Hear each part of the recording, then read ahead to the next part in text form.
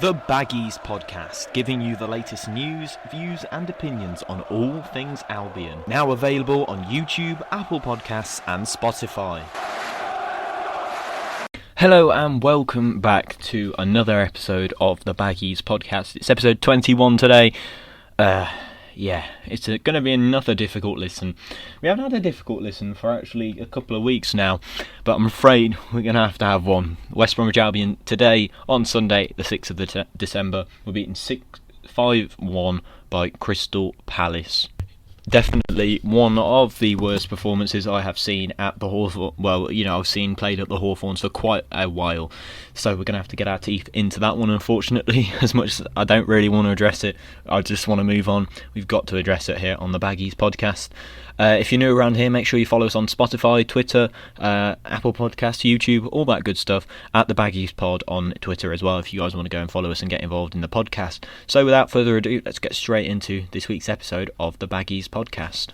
The Baggies Podcast, giving you the latest news, views and opinions on all things Albion. Now available on YouTube, Apple Podcasts and Spotify. So this is going to have to be a very different podcast to the one that we had last week. Obviously last week we were, dancing in the street about the performance that we had last week and the win that we had last week against Sheffield United, getting ourselves off to a good little stepping stone really. And it's fantastic to get the win, but unfortunately things have taken a turn for the worst again. We seem to have another down, for one step forward, we've taken another 3 or 4 steps back, I'd say, in a 5-1 loss against Crystal Palace. One in which you can feel embarrassed, really, by the performance out there, by the scoreline, of course, is the one thing that people will look at first. And you think 5-1 against Palace is, you shouldn't be beaten by Palace by that margin, really, should you? You shouldn't be letting Christian Benteke score twice when he scored 1 goal in 54 appearances beforehand. Yeah, it was a difficult game to watch for West Brom fans, and has really stuck us straight into the mix of the relegation zone again. It's really, not allowed us any breathing space. We are now second from bottom with 6 points, 1 point away from Fulham, but still, we've allowed Burnley with a game in hand to go above us, which isn't looking good for West Bromwich Albion. So let's talk through the game. So the first event that really happened was the Darnell Furlong own goal, which was one where the ball came into the box. Christian Benteke was probably one of the only players in the box, and Darnell Furlong sort of sliced it into his own goal. Yeah, it's just poor defensive organisation again. Bartley, don't know what he was doing, giving away that sort of cheap free kick on the edge of the, quite a way out as well, 40 yards out. That, I'd say, probably as an estimate, that free kick. There's just no need for him to come out and make that sort of challenge whatsoever. I mean, a few minutes after that, Furlong actually hit the bar. The cross was floated over by Phillip and came to Furlong at the back post, who hit the bar with a header. So, nearly a sort of mistake earlier on in the game.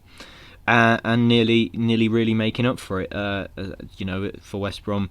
We then scored through Conor Gallagher, a ball sort of pinged back from Furlong, who got an assist and played it back to Conor Gallagher, who almost from an identical position as he did against Sheffield United, scored the goal, which put us on level terms. Gallagher, who I might say was excellent today, didn't really do much wrong. Feel bad for him in a way that he was on the losing side, probably didn't deserve to be. And I actually feel bad that he's playing in this side at the moment. The poor man. He's a great player, and he's going to go on to huge things. And at the moment, we're not.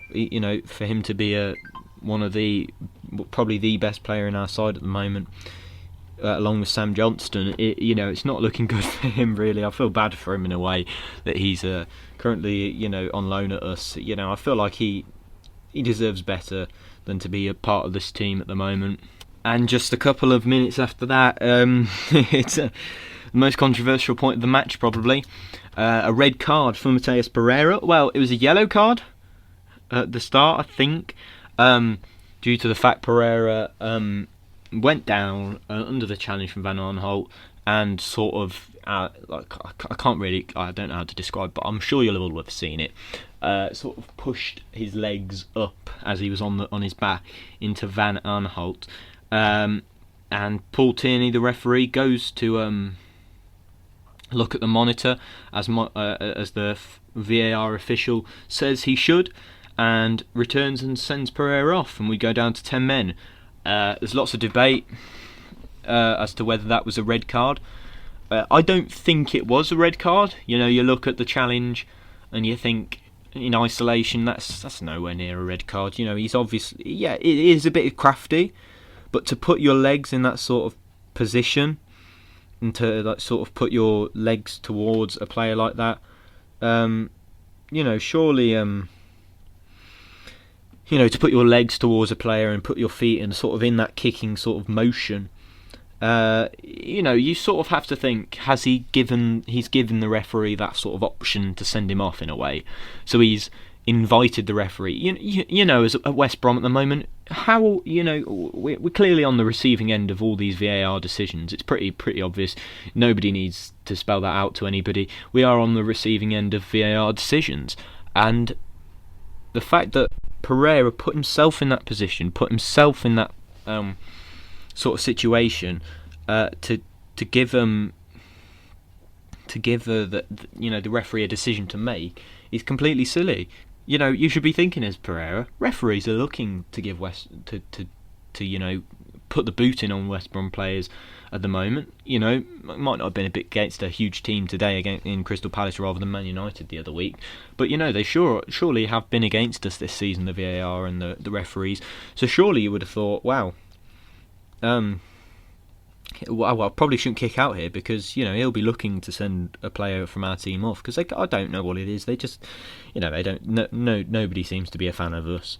I'm not sure what we've done wrong, but nobody seems to be a fan of us. So I don't think it's a red card. No, you see that tackle from Harry Maguire on Batshuayi. I think that was last season. Nothing given for that.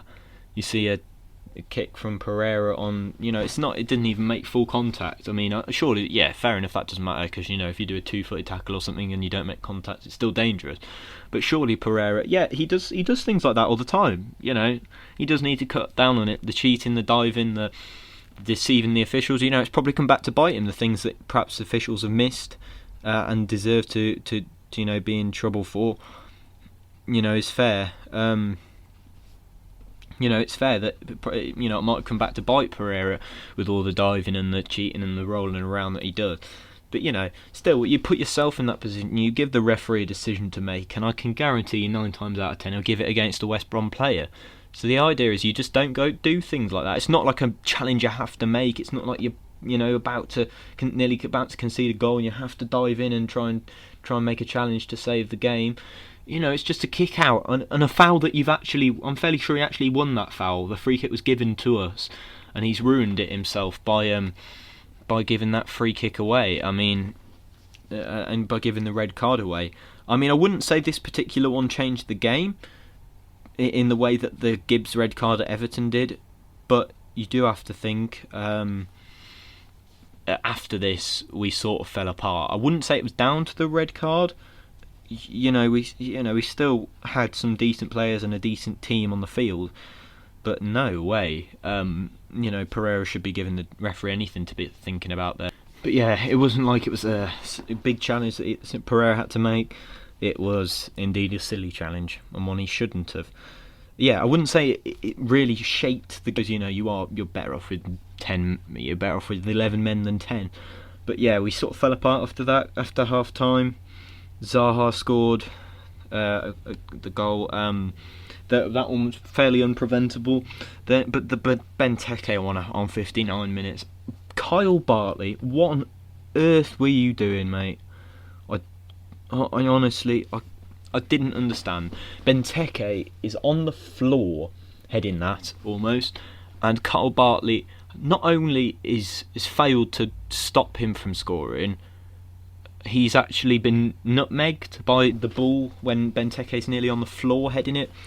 I found it very hard to look at, really, to take in. Benteke's almost on the floor, he's heading a ball, and Kyle Bartley sort of stood there with his legs open, not only have you failed to get anywhere near Benteke, it's the fact that you've actually opened your legs and let it go through. I can't actually believe that. It's terrible defending. I mean, Benteke, he hasn't scored. He scored once in 54 previous appearances. That's nearly 2 years. I can't actually comprehend that. And he's ended up scoring 2 today. And then the way that Eze was just able to walk through the defence and just able to 1-2 it with Zaha and score. It was just absolutely ludicrous. I couldn't actually believe that it happened. The defence. It's fair to say after that second goal we fell to pieces. Now, who can you blame for that? And I don't want to blame Slaven Bilic, but surely perhaps you have to with the defensive organisation after that goal. They clearly didn't want it, I'm afraid. You've got people skipping out of challenges. You've got people not marking their men. You've got people, just staying away from their men. You've got people not giving 100% like we did last week. Last week I couldn't have named you a player in the West Brom side who didn't give you 100%. Perhaps I can probably name you 10. I'd probably say Gallagher looked like he was trying. But I might even say somebody like Furlong was trying, because he clearly wanted to make up for that own goal and he looked good going forward. Maybe Semi might have tried as well, but I can barely name many people that that tried. But you say all of this about the defence, but where was the attack today? Karlan Grant, what he has been since scoring at Brighton, coming in with a flying start. He hasn't scored. He scored in his second appearance. I mean, he hasn't even got near the goal, I don't think. He just didn't look on it today. I wasn't surprised to see him pulled off for Robinson with a bit of energy from him. Robinson looked, pretty trying when he came on as well. Poor Kamil Grosicki scored twice for the reserves against Sunderland the other day. Poor man can't even get a look in. I mean, this attack is pretty dismal.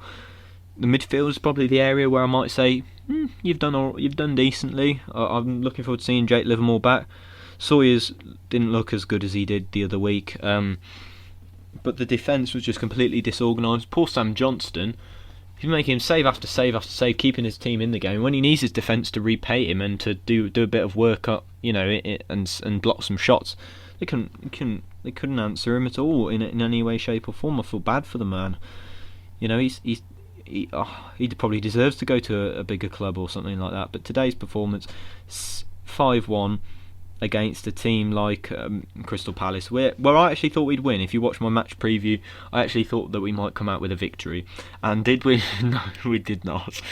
5-1 to concede 5 goals against Crystal Palace and only put 1 in the other end is pretty embarrassing. I mean, the defence was completely all over the shop. I haven't even got on to the final Benteke goal. He's probably the only person in the West Brom penalty area at the time and ended up scoring. The second Zaha goal was pretty bad as well. Eze, as I've mentioned, just sort of waltzed through the defence, played a couple of 1-2s and then ended up through on goal, and Zaha puts it in the net. I mean, I wouldn't be surprised if Slaven Bilic goes tonight. By the time you're listening to this, we might not have the same manager as we did before. It really wouldn't surprise me in any way, shape or form. The